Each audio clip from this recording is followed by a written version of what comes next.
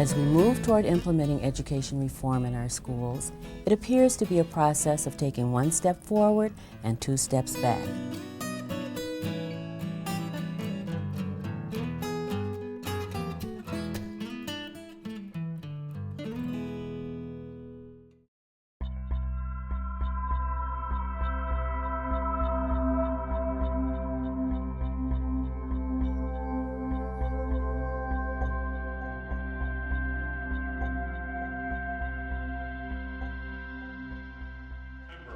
I absolutely would have laughed right at your face if you told me that I was going to be directing a short documentary fronted by Juan Williams, where we were going to have Rahm Emanuel, and the two of them were going to lead a massive charge against the unions in this town.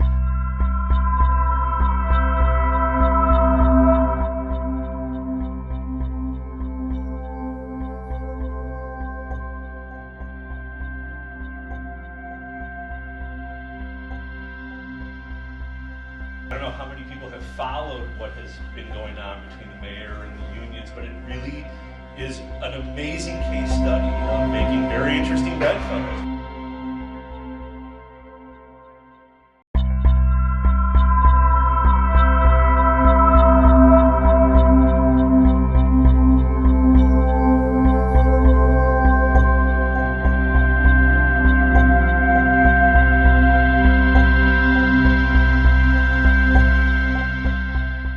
Mayor obviously comes up from the same radical political upbringing as Jan Schakowsky, and the mayor doesn't seem to be behaving quite consistent with maybe what Jan Schakowsky would be looking for in the mayor. The mayor, whether you find him genuine or not, or maybe this is just a temporary sanity.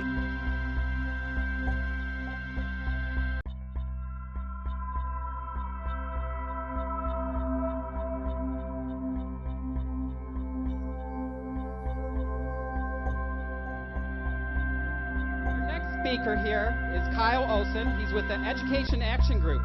But I really encourage you to go to their website and listen to what he has to say. They are out there doing some heavy lifting, taking on the MEA. Good afternoon. As I was standing here looking out across the crowd, I was thinking about Nancy Pelosi, when she accused the Tea Party members of being Astroturf. And so my question to start out is, since I'm talking about education, we'll do a show of hands. If you were not paid to be here today, raise your hand. Did they offer you some money? Yeah. How much? 30. And they told you to come and say close the school? Yeah. Did they tell you why to, like what school or No. anything like that? No. You guys live around here? No.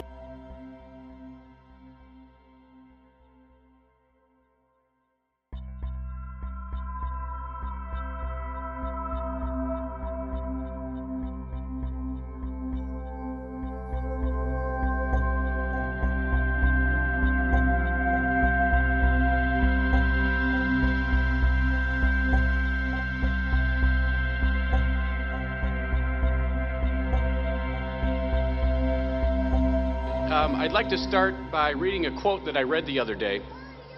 As I read this, think about what right-wing extremists could possibly be spewing this rhetoric. He said, government has to diet.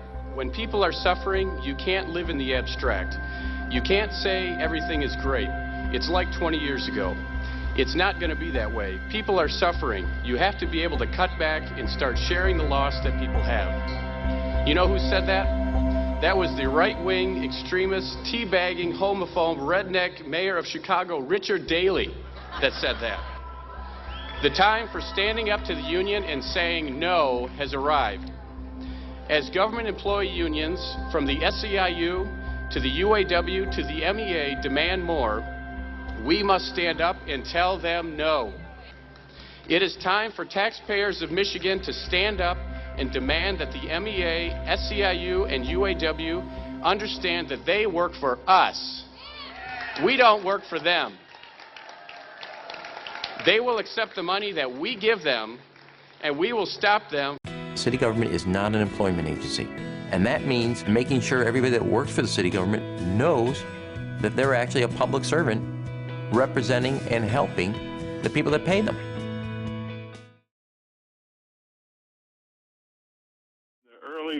The early part of the school year of 2011, and my superintendent told me that that they had received a Freedom of Information Act request from a guy named Ben Velderman for all of my work emails. And Velderman is one of about 5 staff people for this group in Michigan called the Education Action Group. He's a young guy. He works for them. I don't think much more than a gopher for EAG. They have him down as like a communications person, but they needed somebody to actually make the individual request. So I think they just, in addition to having him go out for coffee, they also had him sign their funding is that they're mainly funded by a group called the Mackinac Center for Policy, who are in turn funded by the DeVos family and the Koch brothers, and they're closely tied to the Michigan Republican Party, which is basically dominated by Tea Party people. After I did a couple of days of kind of blasting Ben Velderman, the president of the school board received a letter from Kyle Olson.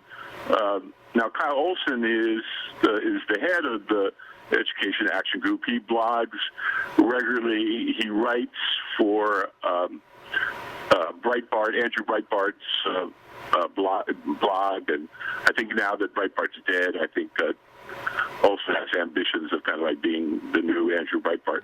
So he wrote a letter to the president of my school board saying that I was unfairly attacking Ben Velderman, who was only doing what his constitutional rights allowed him to do, which is to file this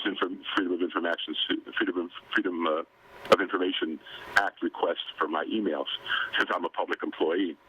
And he demanded that I be fired. So Olson then did a couple of blog posts attacking me and claiming that he was going to make me his special project.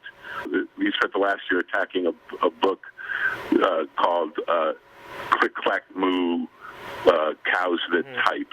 They wouldn't exist at all if it wasn't for the deep pockets of of these financial billionaires who will fund anybody who will attack public school teachers and unions.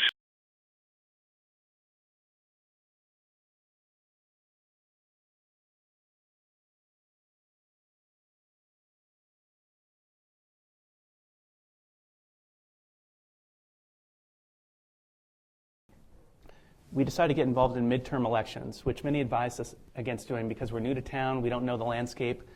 But my position was we had to be involved to show our capability, to build some clout. The individual candidates were essentially a vehicle to execute a political objective. An organization called Advance Illinois and the Gates Foundation, Robin Staines, Jim Franzik, Bill Day, Bruce Rauner, and Jim Edgar, the former governor. So that's a great asset. And Illinois basically went as far as its politics would allow it to take the place of the Illinois Federation of Teachers. That was the point. Luckily, it never got covered that way. That wouldn't work well in Illinois. Madigan's not particularly well liked. And it did work. Now, after the election, I went back to Madigan, and I reviewed the proposal that we'd already discussed, and I confirmed his support. He said he was supportive. The next day, he created an education reform committee, and his political director called to ask for our suggestions of who should be on it. In addition, we hired 11 lobbyists, including 4 of the absolute best insiders and 7 of the best minority lobbyists, preventing the unions from hiring them.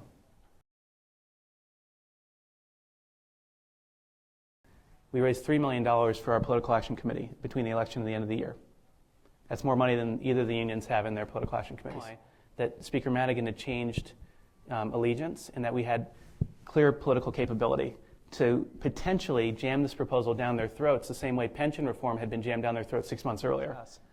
And so over the course of 3 months, with Advance Illinois taking the negotiating lead, my colleague Jessica Handy, our policy director, in the room for every meeting, and Advance and Stan working in lockstep, and that unity is so important, that partnership, caucusing before every meeting, caucusing after every meeting, making plans. So in the intervening time, Rahm Emanuel is elected mayor on the first ballot, and he strongly supports our proposal. Jim talked about the talking point that we made up and he repeated, we made up and he repeated, we made up and he repeated 1,000 times probably on the campaign trail about Houston kids going to school 4 more years more than Chicago kids.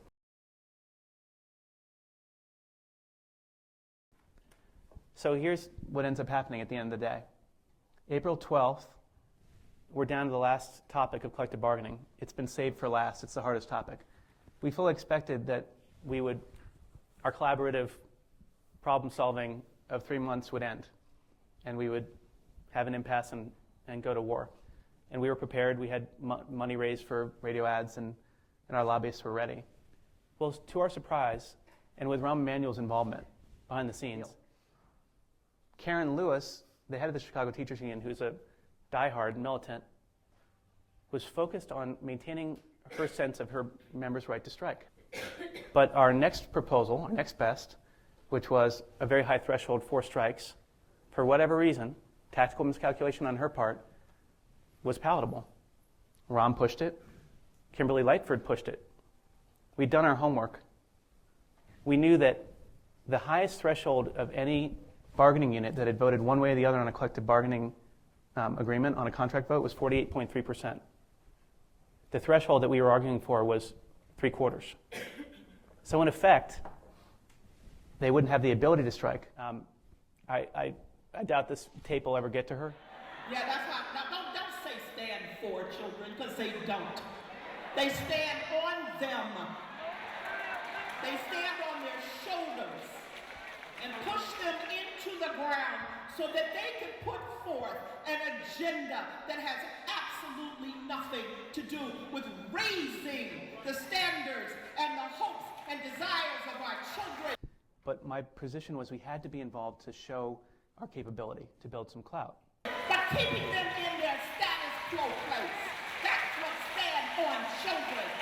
And the so-called Democrats for education reform, and they want to call us thugs? I don't think so. The unions cannot strike in Chicago. They will never be able to muster the 75% threshold necessary to strike. Is set up through the fine print that we approved to ensure that the fact-finding recommendations, which are non-binding, will favor what we would consider to be common sense. Hey girl, how you doing? Not so good. I'm just reading in the paper about a possible teacher strike. Oh no, that's the worst thing for the kids.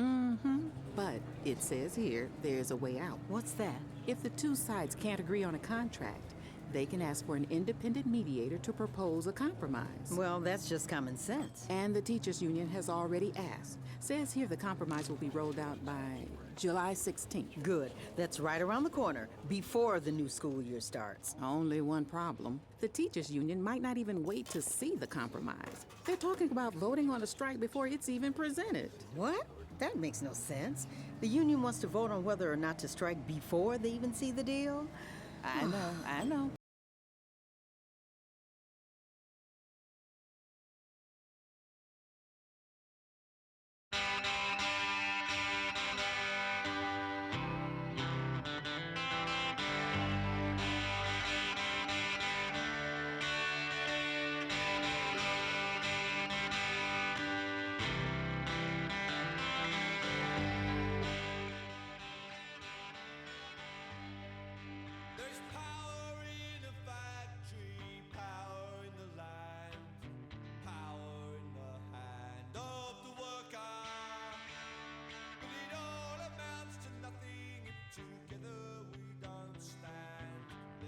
I teach special education, physical education at Beard School.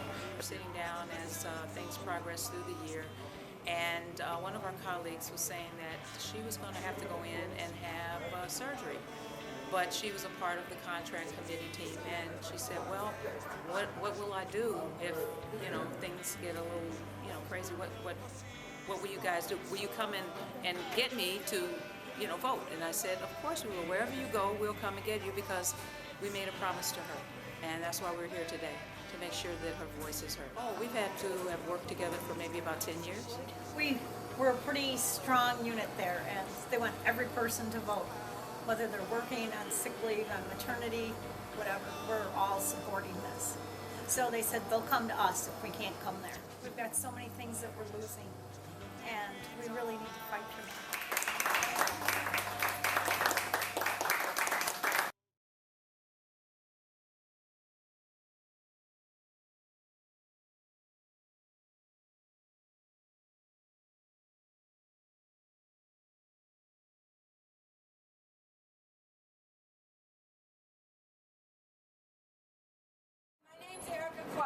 I'm a CPS parent. I've got 2 kids in the public schools, and I'm also with a group called Parents for Teachers. With me here today are parents and students from dozens of CPS schools.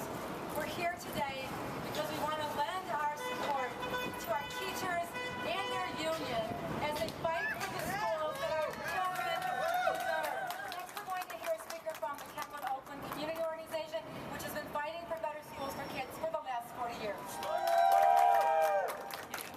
Good morning. Good morning. My name is Philandra Amick. I'm an LSC rep for Revis Elementary and a parent leader at Kentland Oakland Community Organization. Today we're here to support our teachers. For the past 8 years, CPS has waged war on our teachers. That's right. Showing them no support, no respect, and no respect for their positions. Teachers are not the problem. Parents are not the problem. Schools are not the problem. The corrupt school system is the problem. The solution is teachers and parents working together. The solution is teachers and parents working together and showing the community that we matter. Good morning. My name is Becky Malone, and I'm a parent of 2 children at Mount Greenwood Elementary School, and we are from the 19th Ward Parents Organization, which represents Beverly, Mount Greenwood, and the Morgan Park neighborhoods. We have made no secret about our support for our schools and our teachers, and as parents, we support our teachers because, as has been said many times before, but bears repeating, our teachers' working conditions are our children's learning conditions. If our teachers are not fully supported by our own school district, how can we expect them to provide the high-quality education our children need and deserve? Our teachers have been demonized for a financial and academic crisis they did not create, and are now being asked to work longer hours with larger class sizes, to implement a new teaching standard, and to have their ultimate worth determined by the performance of their students on ever more standardized testing. Schools have already been starved for resources and have been labeled as failing, and with fewer resources and less funding spread over a longer day and year, we can only expect that more schools will continue to fail. This is why our teachers have spoken out, with more than 90% of their membership voting to strike. They are looking out for the best interests of our children, and for that they deserve the support of us as parents and community members.